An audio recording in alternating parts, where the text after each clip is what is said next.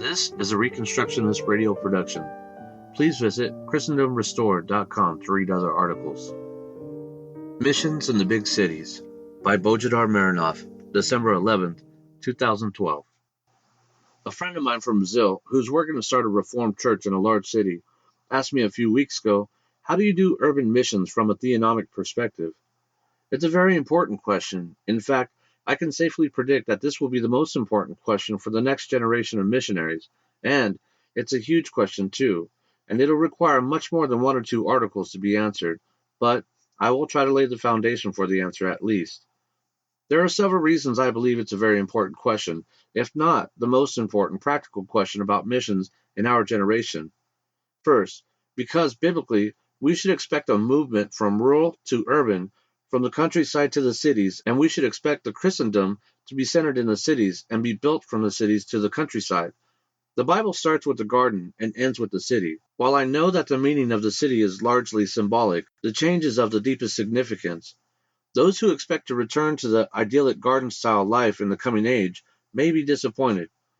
Its significance extends throughout history as well. The command to mankind to multiply and take dominion over the earth will necessarily lead to less land available to the individual families and therefore go to the increasing importance of other non-agricultural resources, skills, innovations, and production processes. Those innovation processes should, in their turn, increase the output from the land, which will make it possible to feed the larger populations in the cities. Indeed, Cain's first act after he got banished from God's presence to settle and build a city, Genesis 4, verse 16 through 17, was not strange or unusual. Yes, it was an act of rebellion against God, but only in the fact that Cain wanted to build his own city, not God's city.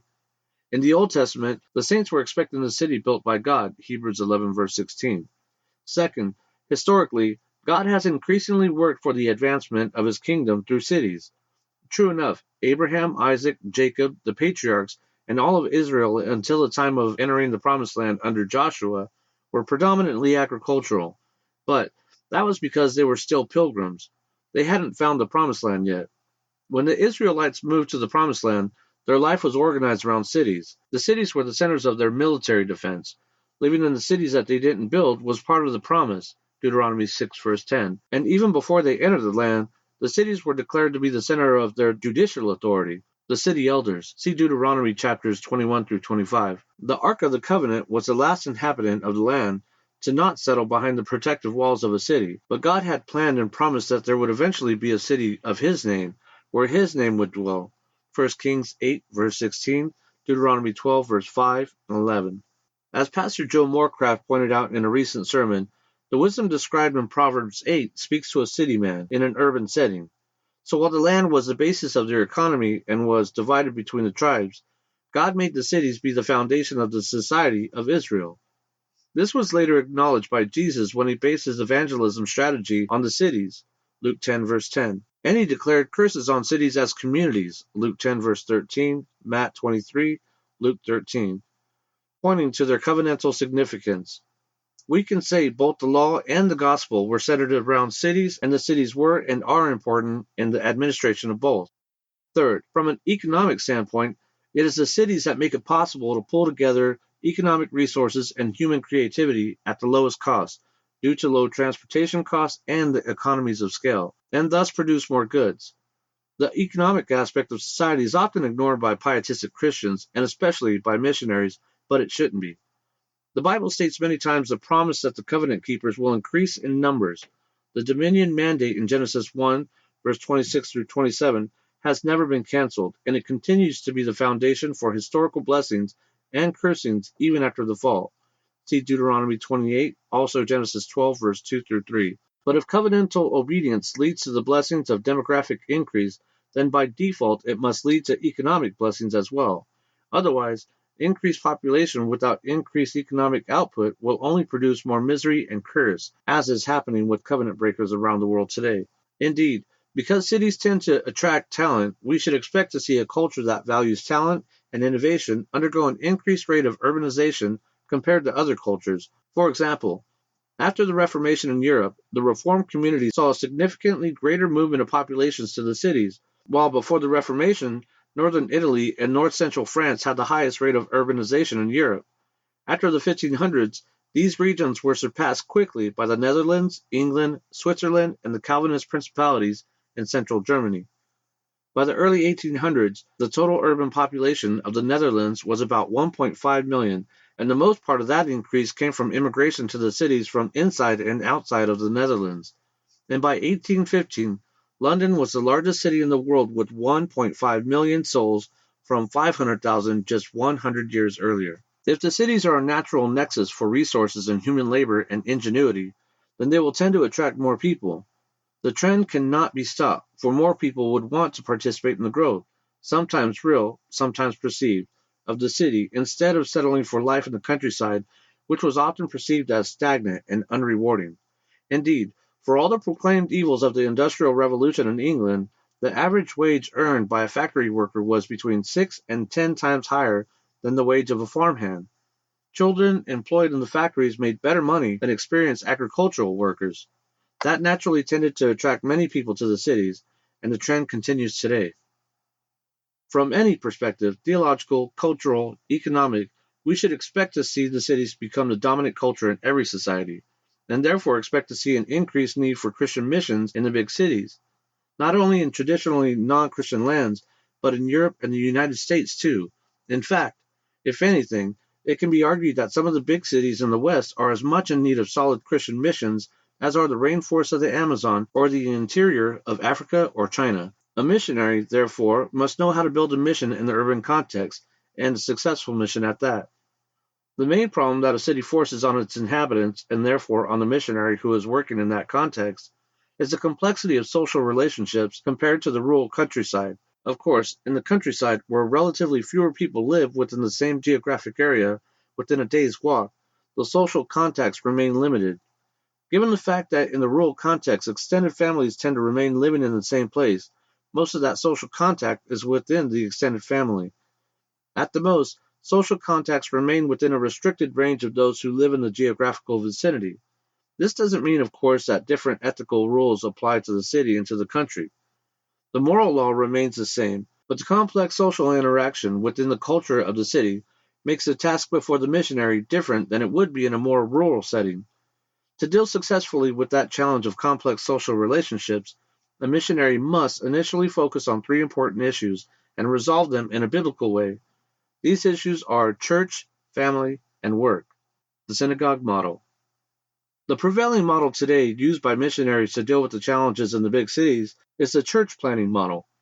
I say church planting because that's how the model is known among missionaries and mission organizations.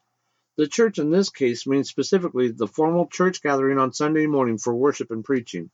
Thus, this model is generally Sunday-centered, liturgy or worship-centered, institutional church-centered. The objective is having a church that is a church building, where there are services every Sunday and converts come to listen to sermons and participate in the worship. In fact, for most preachers and missionaries, this is a sign of a disciple, one who regularly attends church services on Sunday morning.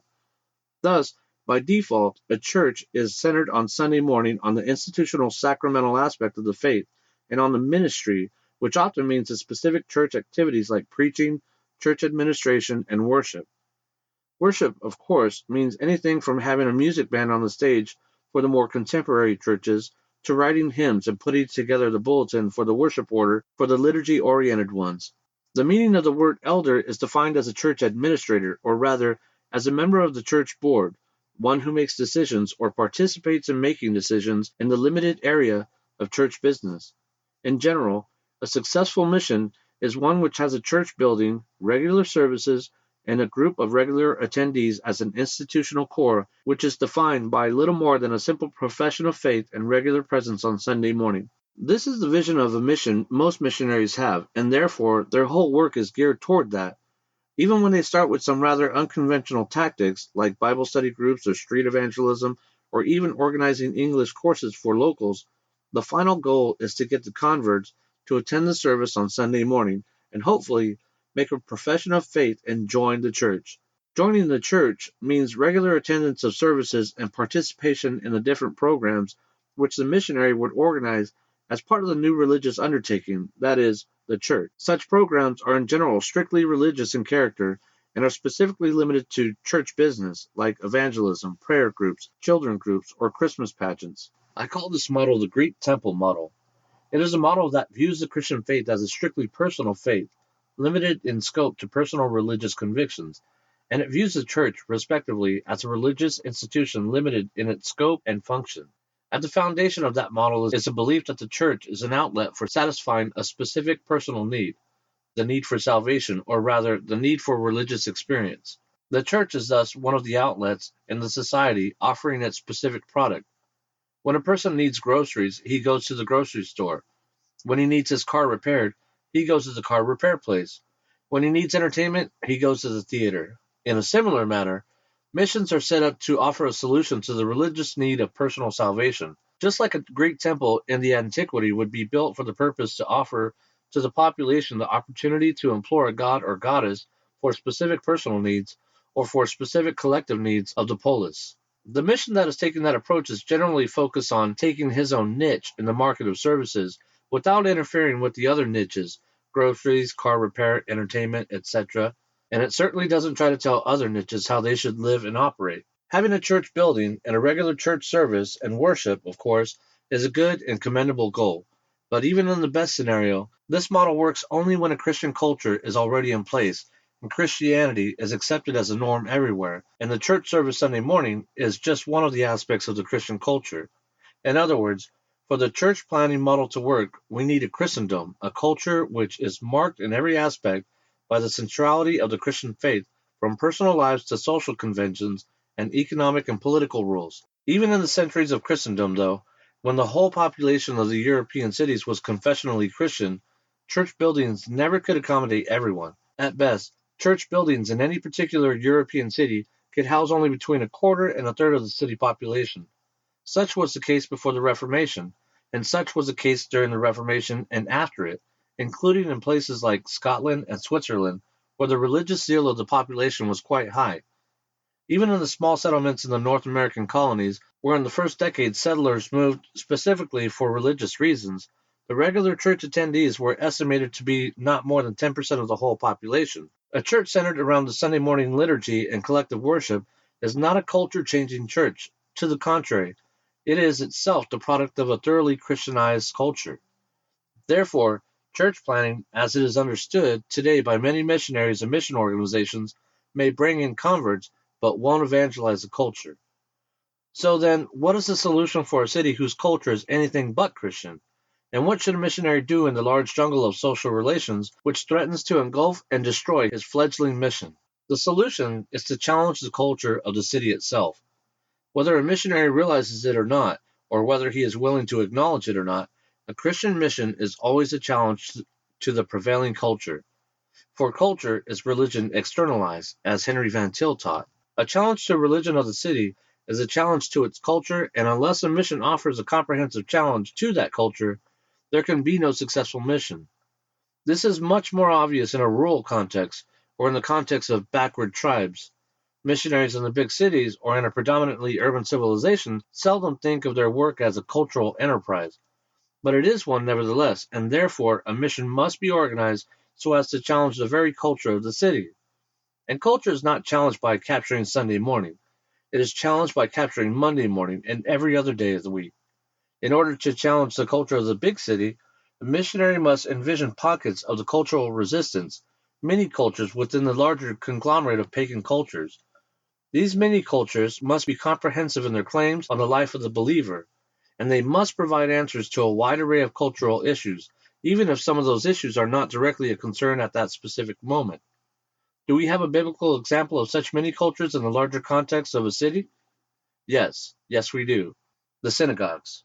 It will be helpful to remember that in the Roman Empire, the Jews of the diaspora seldom settled in rural settings. Synagogues were to be found in the large cities of the empire, and indeed, Paul was always looking for the synagogue when he entered a city. The Jews were everywhere. Of course, the largest single Jewish community was the one in Judea and Galilee, but estimates show that that community was only between one-third and one-fourth of the total Jewish population in the empire.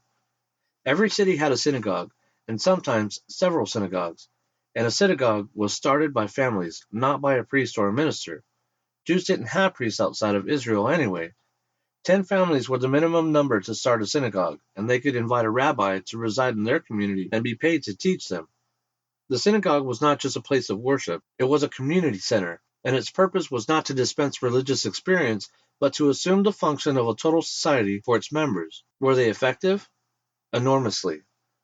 Between the end of the civil war won by Octavian Augustus in 30 BC and Nero's suicide in AD 68, which ended the Julio-Claudian dynasty, the population of the empire grew from 45 million to about 55 million, at the very low rate of about 0.1% annually. But the Jewish population grew at the astounding rate of almost 1% a year, 5 times faster than the general population, from 4 million to about 10 million. By AD 65, the Jews were so numerous that they were about 20% of the population of the empire. Never before and never after has the Jewish population comprised such a high portion of the world's population. This growth, within a century before the destruction of Jerusalem, was due not only to natural birth rates. Conversion played a large role too. Proselytes are mentioned many times in the New Testament, and many Greeks and Romans came to worship in Jerusalem, acknowledging it to be the source of the one true religion. See, for example, John 12, verse 20. Given the fact that the Jews were not specifically oriented toward world evangelism like the New Testament churches, such success is striking. It is paralleled only by the success of the early church as testified in the book of Acts, and also in the missionary activities of some of the early missionaries among the pagan tribes on the borders of the empire. The Jewish synagogue was a successful model for evangelism, even if the Jews themselves were not committed to evangelism at all, and its success was especially remarkable in the big cities of the empire. So what was a synagogue? It wasn't a religious institution devoted to worship on Saturday morning, like the modern churches. It wasn't an outlet for catering to the need of religious experience among the masses. That was exactly the reason why the Jews and later the early Christians were often accused of atheism. The synagogue had no formal religious observances, no idols, images, or special clothes for the priests, no spectacular rituals and sacrifices and prayers. The only formal ritual was reading of the law of God and expounding on it, like Jesus did in Luke 4, verse 16 through 30. In other words, it wasn't a temple. It was a community government. J.H. Bavinck, in his great study on the science of missions, points to the fact that by becoming a convert to Judaism in the Roman Empire, a person became part of a comprehensive, self-governing, judicially and economically oriented civic community. A Jew enjoyed many civic advantages. The Jews who lived in cities had a sort of government of their own and were states within the state. To a certain extent, they even had their own administration of justice, so that to belong to such a community was desirable for many. Since the common people, the unthinking masses, could not think of a religion without idols, they might indeed say that the Jews were atheists, but those who came into a deeper understanding of Jewish worship were in one way or another influenced by it. Indeed, they were influenced.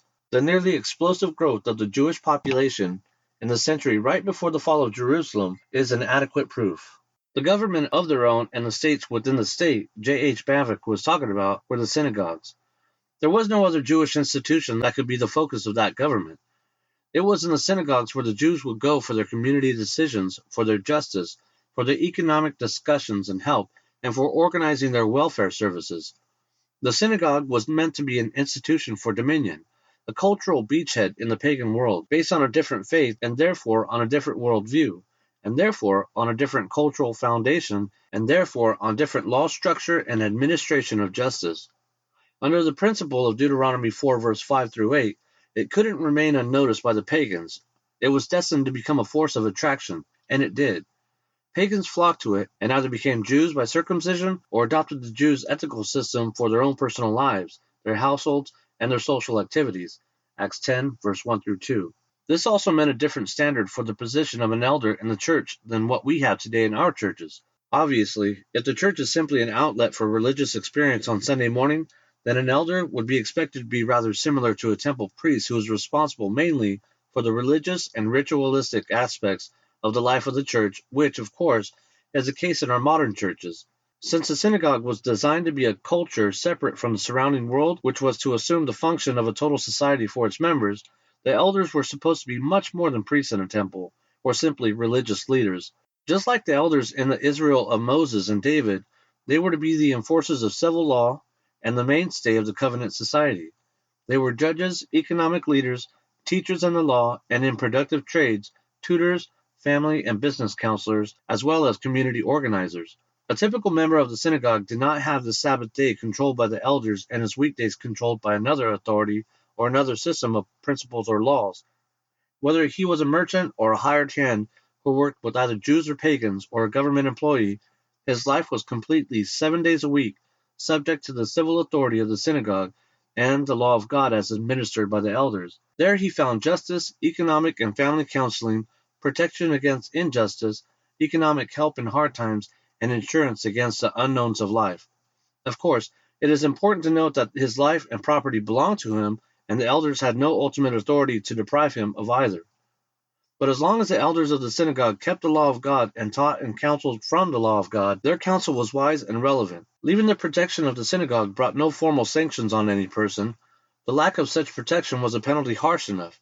So those who were in stayed, and others who weren't converted in order to gain access to the culture which provided such protection. The power of attraction was in the culture created by the law, not in the visible splendor of the Jewish religion, and not in any ceremonies or liturgies. Jews left those to the pagan religions. The Jews were set to conquer the ancient world through cultural conquest, through the many cultures of the synagogues in the big cities. And the early church was modeled after that synagogue. It was a cultural beachhead, not just another temple or another religion. It had its own system of community organization, its own system of laws and administration of justice, and its own rules for helping the poor and educating its members, and especially the children. No wonder why that early church had such a tremendous success in the few decades after Pentecost. It simply copied the same cultural principle. In fact, the early church had no other examples to follow but the synagogue. The pressure of the persecution added to the consolidation of the church as a community and an alternative culture. From the earliest years, it set up its own courts. In 1 Corinthians 6, verse 1 through 6, Paul is speaking as if the Corinthians should have known about the practice of setting their own courts by persons who can judge. He's not giving them a new and unknown before idea.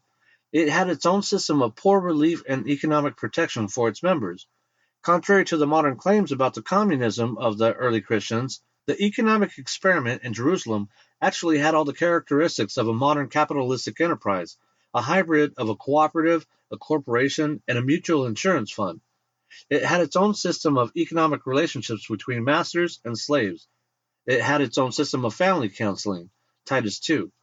It developed its own schools and a system of education, both academic and vocational. It trained its own rabbis. Very important, it also taught from the law of God on issues which won't be current in the first several centuries, namely civil government and administration of criminal justice, Romans 13, 1 Timothy chapter 1, verse 8 through 11. Just like the synagogue, the church was assuming the character of a comprehensive society for its members, just like the Jewish synagogue. It was a beachhead for a new civilization, a new culture, the kingdom of God. It wasn't another temple preaching another limited doctrine on personal salvation or religious experience. The view of the church as a comprehensive culture was continued later in the practice and the experience of the Reformation. In places like Switzerland, the Netherlands, Scotland, Hungary, the Reformed churches were more than simply institutions for administering religious observances. In Geneva, Calvin was invited not as a church minister. His preaching on the church was a side job, but as an expert, a technical advisor to the city council in governing the community and building a social order according to the biblical principles. In New England, the elders of the church were the same as the elders of the city, as it was in Old Testament Israel, and therefore the church was the community where the problems of the community were solved. In his systematic theology, R.J. Rushdoony quotes Charles Tilly on the function of the elder and the legal powers of the assembly. They determined the sales, purchases, exchanges, and rentals of the commons, the repair of the church, the presbytery, the public buildings, the roads, the bridges. In addition to their syndics, they named their schoolmaster, their herdsman, their sergeant, their hayward, the tithe collectors, the assessors, and the collectors of the tale. Sometimes they fixed the conditions of the wine harvest. In certain circumstances, they even set the rate of pay for day laborers and the prices of certain products. While it can be argued how much of this should be decided by the elders and how much should be left to the individuals and to the operation of the free market, it is clear that the early Reformed Christians did not look at their churches as religious institutions only, but as comprehensive communities with their own culture and law structures. In another place, I have argued that the work of a missionary is nothing less than building covenant communities. It is especially relevant in the cities where the church must establish an example of a new culture, hostile to every other culture in the city, and this can be done only by establishing institutions and practices that parallel those of the pagan world and give a biblical example of how a culture should operate.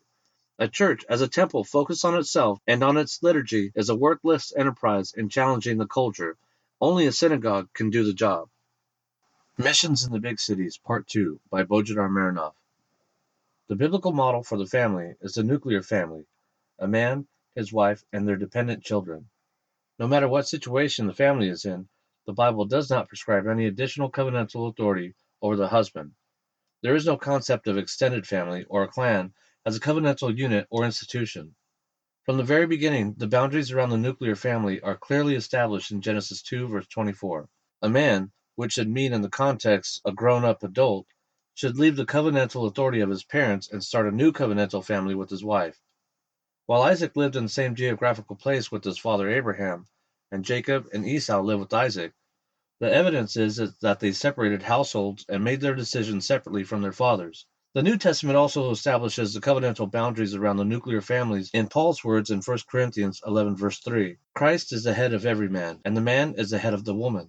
Thus, with the married man answering only to Christ as far as the conduct of his family is concerned, barring a violation or transgression that falls within the jurisdiction of the church or the state, any other family allegiance is declared to be outside of the boundaries of the family covenant.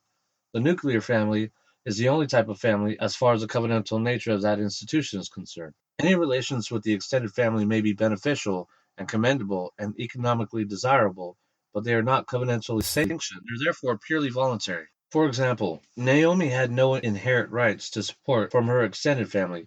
All support was a voluntary decision of a relative, not an obligation upon him. In the society of the fallen man, especially in rural settings, the temptation has always been toward replacing the nuclear family with the clan, where one family head controls all the families within its jurisdiction and acts as both civil government and religious priest over them. The model is rejected by the Bible, and it is oriented toward stagnation, not toward dominion. The nuclear family, as Gary North points out, provides maximum harmony. But in the context of the big city, a different temptation is present, one which acts in the opposite direction: the atomization of the society and the individual, and the flight from all human institutions, including those that are biblical, good, and effective, including the family. By a combination of factors, cultural, economic, psychological, the big city seems to discourage its young people from forming families, or when they form them, from having children. A number of Roman authors of the imperial period point to the fact of the dissolution of the family bonds even among the patrician families where they used to be the strongest in the antiquity. But the dissolution of the family and the lack of interest in the family is not limited to pagan civilizations. To a great extent, such problem existed in the Christendom between AD 1000 and the present, including cities like Paris, London, and the cities in Italy. The problem has been discussed by many Christian authors, both in previous centuries and in modern days. But one main aspect of that problem is especially troubling: that the more individuals rely on a centralized government to supply all their needs, the less willing they are to rely on the biblical family as a covenant institution. And what is important for a missionary, the less they rely on the family, the farther away they are from the kingdom of God. Therefore, the building of the kingdom of God must necessarily include the restoration of the biblical family, which means the nuclear family.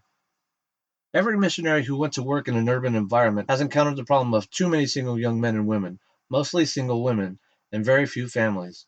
The problem is especially persistent in Europe, where the memory of 2 world wars and the several decades of communism in the East and socialist policies in the West have dealt a serious blow on the family as a covenantal institution.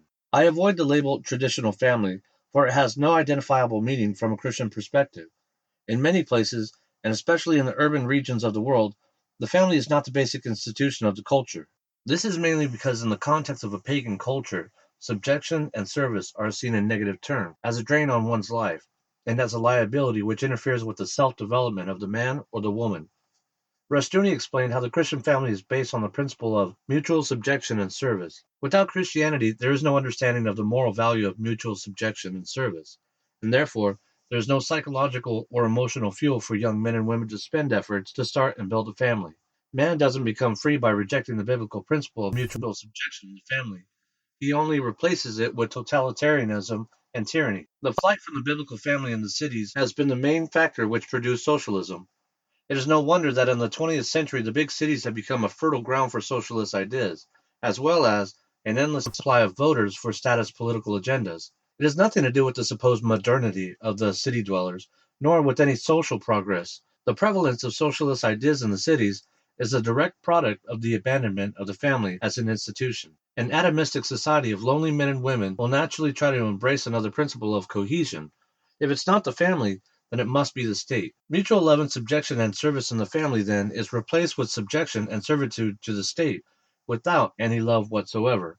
And then, of course, the state in its turn implements policies that additionally atomize the society and separate the individuals from each other, until the only social cohesion that would be tolerated by the brainwashed majority is the cohesion of the crowd under the dominance of the political elite. The individuals end up dealing only with the government in all their endeavors, whether in business or in welfare or in intellectual development, while all the other institutions except the government are left without any purpose for existence. The family has no reason for existence in such a society, and therefore the church and the faith in Jesus Christ have no foundation in it. A culture of single men and women dependent on the state is a satanic culture, even when there is no direct worship of demons involved. A missionary who wants to build a church in such settings, then, must make sure he builds families. As I mentioned above, the synagogue model requires at least 10 families for a synagogue to be established. Without families, there is no church, and there is no Christian culture. And in the context of the big city, the problem of lack of families is a major problem. And that might turn out to be the greatest challenge of a culture-changing missionary. It all starts with preaching on the topic of the family. While the family shouldn't occupy 100% of the sermon topics, it must take a much more prominent place than it has now in most missionary sermon plans. And the most important thing is this: these young men must get married. The sooner, the better. A church cannot be built by single individuals, and the culture cannot be challenged nor changed by single individuals. It is the nuclear families that build churches and change the culture. Therefore, much of the work a missionary does would be pastoral, help his listeners, and especially the young men, develop the courage to overcome the fear of marriage and get married. Of course, not every marriage is healthy and biblical. One must make sure his future spouse is a God-fearing person. But in general, more marriages is better than less marriages. Against the challenges of the city culture and life, marriage may seem like a serious undertaking. A missionary must work hard to help his young men and women face it and conquer it. There is one caveat, though. It is fashionable today in many churches and groups who call for a return to the biblical family to mainly look at the family as a relationship and to emphasize the relationship aspect of it. The family is mainly preached and described in terms of the love between a man and a woman, or of the mutual respect and the joys of having children around, or of how a father should spend time and show affection and attention, etc., etc. It's all beautiful and cozy and emotionally satisfying and fulfilling. In the context of the broader teaching that Christianity is all about relationship with Jesus, the family as a relationship is the logical thing to teach. There is a problem with this approach, and the problem is that it is female-oriented, just as the concept of relationship with Jesus is female-oriented. I have talked more about this problem in the church and how the church destroys the Christian family in my article, Relationship versus Purpose: How the Church Destroys the Christian Family. It will suffice to add here, trying to keep the men in the church or to encourage them to have families by preaching relationship is analogous to teaching them literature by forcing them to read all of Jane Austen's novels and discuss them. They will get bored. By their very nature and by creation ordinance, men are created to work and conquer. Relationship is important, but it inevitably will have a secondary role in their thinking. Emphasize the family as mainly relationship, and you have lost the majority of them. A wise missionary, then, will preach the family as it is described in the Bible, as the basic institution for the fulfillment of the dominion mandate to man. Man was created to work and conquer, Genesis 2, verse 15, and the family must be preached as an institution to give him the tools to work and conquer. Without a family, a man is unable to be a successful worker or conqueror, Genesis 2, verse 18. He needs a family in order to achieve God's purpose for his life and for the life of those around him. That purpose is not limited to one thing only. The family has limits on its authority, of course, but its prerogatives and functions are many. The main ones are the reproductive and the economic functions: multiply and take dominion, Genesis 1, verse 26 through 27. The reproductive function is not simply having children, but also teaching and training these children to know God, know His law, and obey His law in their life. Therefore, together with preaching Christian families, a missionary will also teach the parents to take the responsibility for teaching their children, especially in cultures where government education has become the accepted cultural norm. There is no true Christian family where the parents have abdicated the responsibility of training their children to those outside of the family, and especially to unbelievers. The economic function consists of the family's place as a trustee of God's resources. It includes wise management, but it also includes care for the poor and needy, and especially care for the elderly. Just as a family must reclaim the education of its children back from the state and sometimes from the church, so the family also must reclaim the economic initiative and the welfare functions back from the state and sometimes from the church. In the cities where the covenantal family has been under severe attack, the missionary must start preaching the purpose and the function of the family from the very beginning of his mission. A Christian culture cannot be built without Christian families who are restored in their purpose and function under God. Businessmen as teachers. I said above that the modern church has insulated itself into something similar to a pagan temple, an institution limited to providing liturgy and religious experience on Sunday morning. I also said that a culture is captured not when Sunday morning is captured, but when Monday morning and every other weekday are captured. Many churches then, after having defined themselves in such limited way, realize that not capturing the weekdays makes them lose the hearts of their members, and that much of the significant and relevant life of their members happens outside of the church during the week. The solution then is not to expand the definition of the church beyond the limited institutional setting and the strictly religious gathering on Sunday morning, but to expand the number of religious activities within this limited definition of church. Instead of capturing the weekdays, many churches are working hard to destroy the weekdays and replace them all with Sundays. This is the underlying religious motive behind the numerous activities which characterize many American churches today. Women's meetings, prayer meetings, youth meetings, church singing nights, 3 or 4 more services a week, 4th of July celebrations, and many more. There is always some event that the local church organizes that is designed to make the life of its members more connected to the church. None of these events in themselves, of course, are intrinsically bad or unnecessary. The problem here is rather that they are based on the assumption that the life of a church member outside of these church events is a life in the world and has nothing to do with the church. So the more a church member participates in the church events, the less he is in the world. Eventually, of course, attending church events becomes almost mandatory, and not attending is considered as almost apostasy. And events or activities organized by individual church members, but not by the church session, are not even considered Christian. Many American missionaries abroad have adopted the same approach to church planning. Once a church is formed, the main concern becomes what activities need to be devised and organized so that the church justifies its own existence. The goal is to capture the time the new converts spend outside of the church service. Since most American missionaries have no comprehensive biblical worldview and are unprepared to speak and teach to all areas of life, such activities are designed to be a substitute for solid biblical instruction about the practical life of the new believer during the week, in his family, his job, his business, his political activities, his recreation, his intellectual endeavors, etc. Such approach, while it is taken for granted by the modern church, is in essence dualistic, and therefore not biblical. It assumes the duality of life, church versus secular, and therefore assumes that there are 2 areas of life regulated by different laws. It denigrates the practical life and work of a believer to be lower class compared to his spiritual or church life, and then it attempts to replace the practical life and work with a set of irrelevant activities believed to be spiritual or evangelistic. But biblically, the time from Monday morning to Saturday night is time for work, Exodus 20 verse 9. And it is exactly work that most church activities are competing against, not the world as a system. Work, of course, includes both the actual process of working, but it also includes rest and recreation, which makes work bearable. The time during the week is supposed to be time for work, not time of activities with the only purpose of making people busy for the church. When a church is trying to take the time of its members during the week, that time is at the expense of work and not at the expense of the world. Church activities can be more worldly than any worldly job out there. Many modern pastors and many modern missionaries do not realize that work is not only not a worldly thing, but it is most spiritual and ethical activity of all activities mentioned in the Bible. Based on the number of verses, work is declared to be an ethical and spiritual virtue. It is more spiritual than prayer, church attendance, praise and worship, singing psalms and hymns, helping the poor, offering sacrifices, healing the sick, performing miracles, raising children, having the right relationship with other people, being nice to people, street evangelism, etc., etc. From beginning to end, man's very nature as an image of God is defined much more by the word work than it is defined by liturgy, relationship, or prayer. Man was created and put in the garden, and the first task he was given was to work.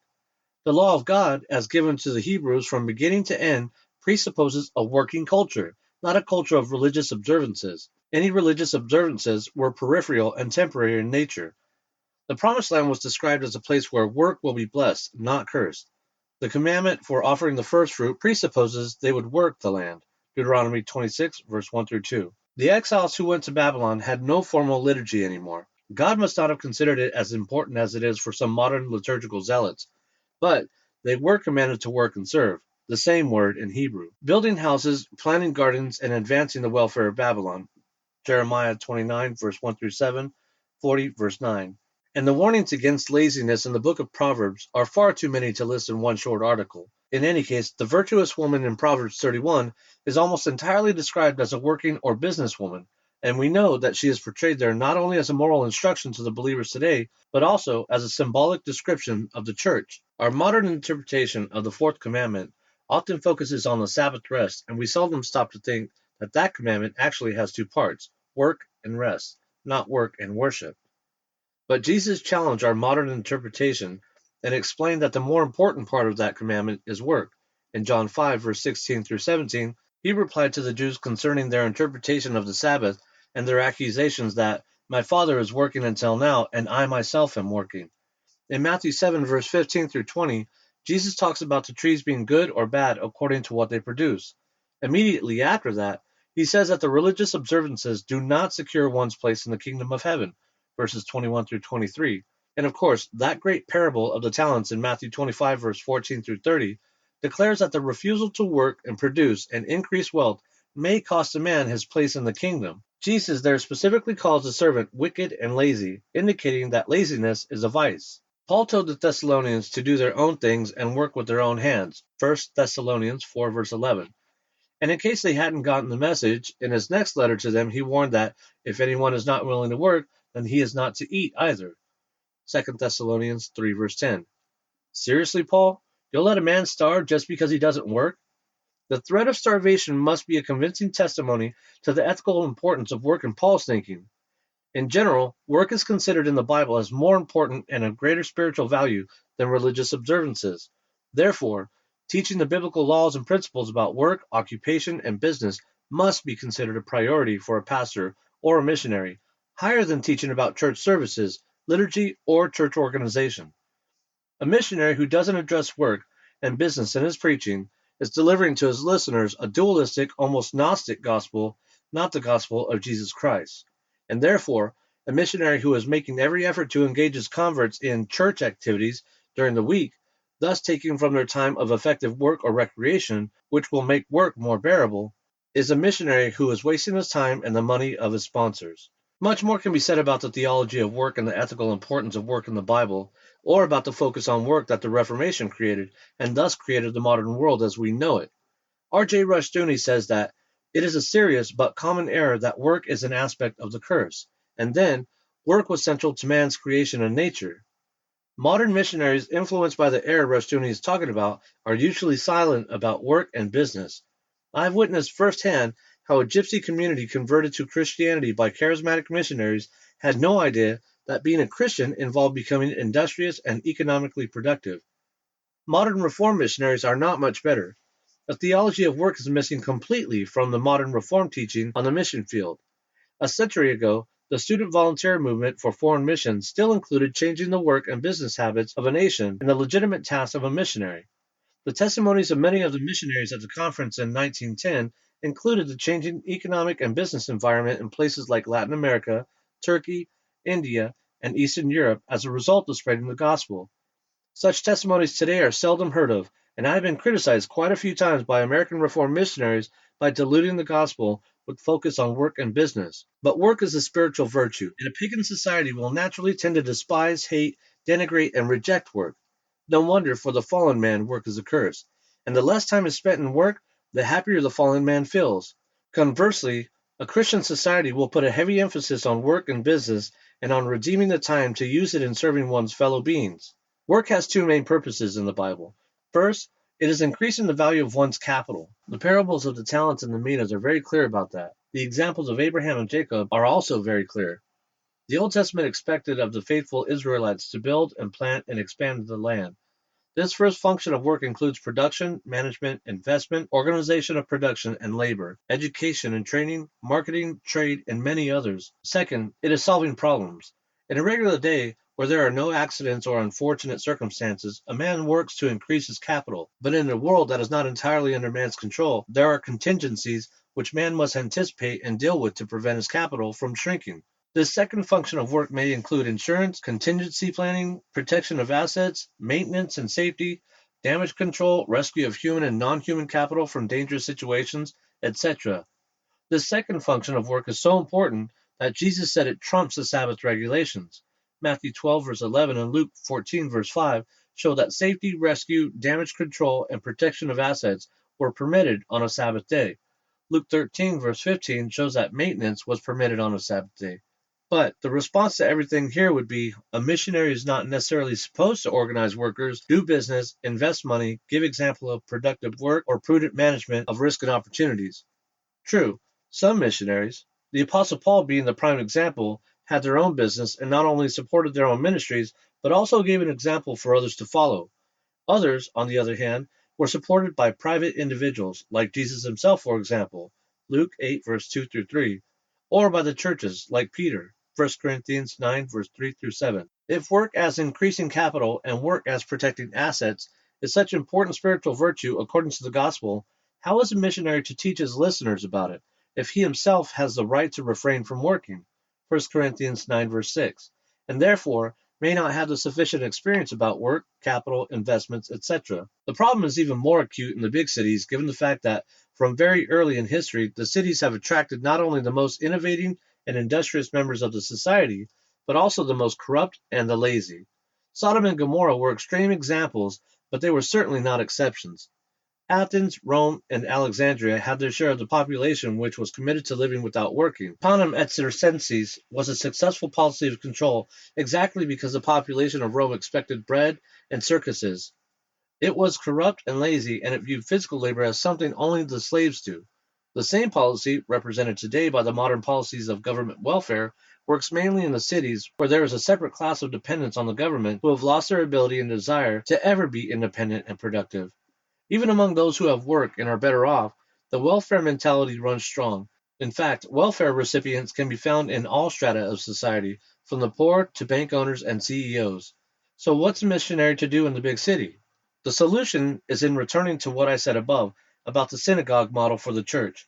A missionary must realize and accept the fact that the church is not limited to the institutional organization and its gatherings, but it is also an organism, and its members are lawful representatives of the church in their vocations. The missionary must also recognize that teaching work ethic, stewardship, and problem solving is an important part of the gospel, and therefore the church members must be encouraged to learn and practice those important gospel virtues. Of course, every member of the church must be a hardworking member in his area of vocation and expertise. But the businessman, the entrepreneur, the innovator, is in a special position to learn, practice, and teach those skills. The Christian missionary has a special obligation to that specific type of person and can reap results that can help his church and his work grow beyond the results of many modern missionaries. It is often assumed that business and entrepreneurship is about money and profit and getting rich. It is true that this is part of motivation of a businessman, just as a part of the motivation of an employee getting the paycheck at the end of the week. In fact, very often the paycheck is a much greater motivation for an employee than is profit for a businessman. But to declare the financial result the essence of business is the same as to accuse parents who have decided to have many children that their only motivation is to have someone take care of them when they retire. Of course, parents expect their children to take care of them, but there is much more to parenting than that. In the same way, there is much more to business than simply profit and getting rich. The essence of entrepreneurship is stewardship of resources, and these resources include raw materials, time, and notice carefully, labor. In the context of the modern city, in a constantly growing population and an economy getting more and more complex, organization of labor becomes one of the main tasks of business. What is seldom realized by modern critics of capitalism, both Christian and socialist, is that industrial capitalism wins not because it is profit-oriented, but because it is superior to the other social systems in its organization of work. And since work is the highest spiritual virtue in the task of dominion, modern industrial capitalism will always take dominion, criticisms and predictions to the contrary notwithstanding. Making work more effective is a biblical virtue, and businessmen and entrepreneurs risking their own capital and employing their own resources and skills are the people who are taking up the task of making work more effective. As the gospel grows, capitalism will grow, for it is the system that most effectively puts to practice the dominion mandate: increase and multiply, and take dominion over the earth.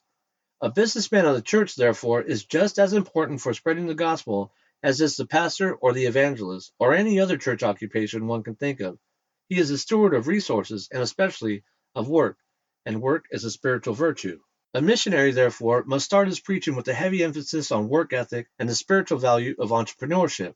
Of all points in his preaching, this one is the most probable to meet opposition, whether vocal or silent.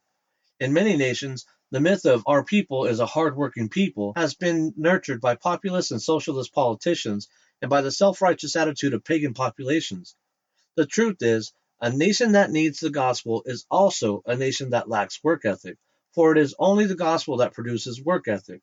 Especially in the cities, the prevailing attitude is socialist, anti-work ethic, and anti-business. Stewardship is a foreign word for the majority of the city dwellers around the world. Therefore, a missionary must start with preaching the work ethic of the Bible and by defending business and entrepreneurship from a biblical perspective. This would mean, in the first place, preaching and teaching the work ethic of the Bible, starting from the dominion mandate and explaining the meaning of that mandate and its place in the gospel. The regular temptation for a missionary, even when that missionary is truly reformed in his theology, is to focus on the pietistic part of the gospel, emphasizing personal salvation and faith without obedience. But the gospel is about restoring man in his original place in the covenant and enabling him to fulfill the dominion mandate. Brought to bear on the individual life of a man, this means productive work and problem solving. A missionary in his sermons and messages must attack laziness, dependence on handouts, and welfare and entitlement mentality as much as he attacks sexual immorality or any other kind of immorality. Encouraging work, education, and training in productive skills, seeking productive employment, and the spiritual value of expanding one's dominion over the earth is among the first things a missionary must preach to his listeners.